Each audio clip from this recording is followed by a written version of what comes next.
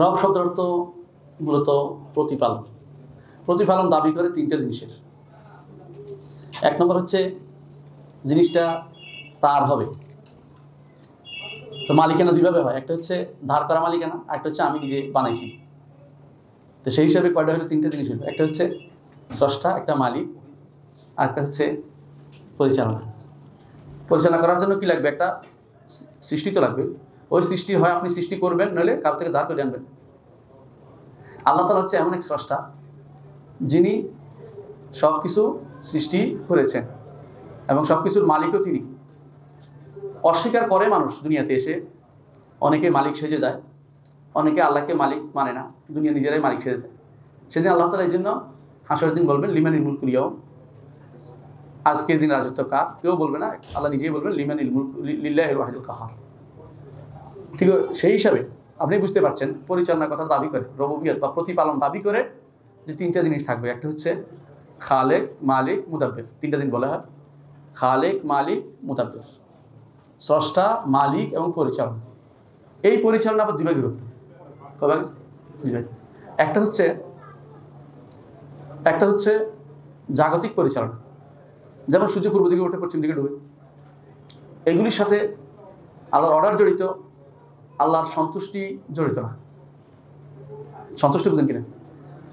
মানে কিছু জিনিস আছে আল্লাহ নির্দেশ দিচ্ছে এটা করতেছে, সে এটার সাথে ও না চললে আল্লাহ ধ্বংস করে দিত, কিন্তু না চলার কোনো উপায় ছিল না।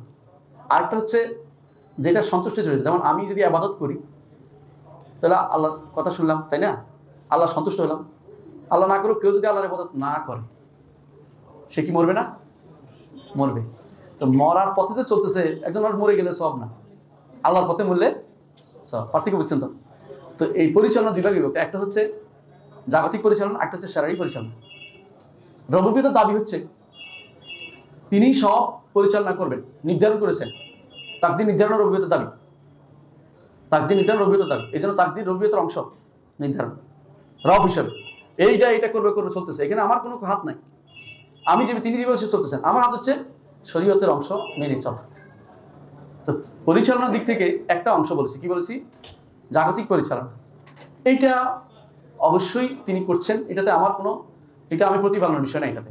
দ্বিতীয় হচ্ছে শারঈভাবে পরিচালনা, শরীয়ত দেয়া, শরীয়ত মানা। এই দিকটাও দেখতে হবে। শরীয়ত দেয়া মানা এটা আল্লাহর দায়িত্ব, মানাটা আমার দায়িত্ব। আমি যদি না মানি আল্লাহর কোনো কমতি হবে?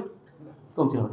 আল্লাহ শরীয়ত দিয়েছেন, সেই হিসাবে আল্লাহর বিধান মানা কি ফরজ, তাই না?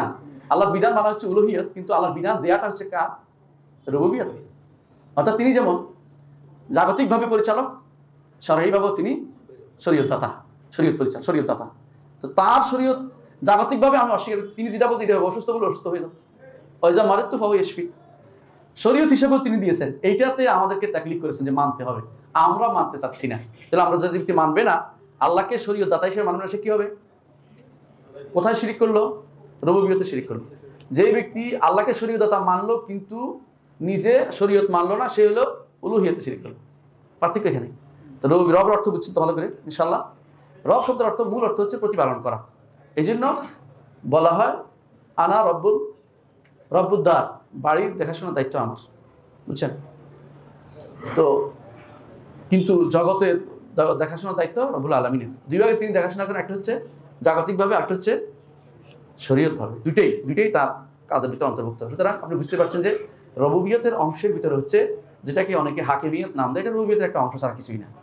আল্লাহ তিনি আইন দিবেন, বিচার দিবেন, এটাকে মনে রাখবেন। কেমন? ইনশাআল্লাহ বুঝে আসছে তো? এবং আমরা প্রতিপালন করবো। যদি অস্বীকার করি যে তার আইন, তাহলে রুবুবিয়তে শিরিক হবে। আর যদি না মানি, তাহলে কোথায় শিরিক হবে? তখন গুনাহ হবে। গুনাহ হইতে যদি কোনো বেশি পর্যায়ে চলে যায়, শিরকে উলুহিয়া হবে, ইবাদতে শিরিক হবে। সবসময় না মানলেই শিরিক হয়ে যায় না, না মানলে গুনাহ হয় প্রাথমিক পর্যায়ে। কিন্তু যখন মানা লাগবে না মনে করি যে আমি না মানলেও চলে, আমরা অন্য কিছু ধার করি, আমরা তখন রুবুবিয়তে শিরিক হয়ে যাবে, উলুহিয়তে শিরিক হবে। আল্লাহ এটা আইন নাই, আইন মানবো না, অস্বীকার করা অথবা অন্যকে অংশীদার করা, দুটোই শিরিক রুবুবিয়তে। ঠিক আমি আইন মানবো না সিদ্ধান্ত নিয়ে বসে আছি যে কোনোভাবেই, তাহলে হলো উলুহিয়তে শিরিক বা ইবাদতে শিরিক।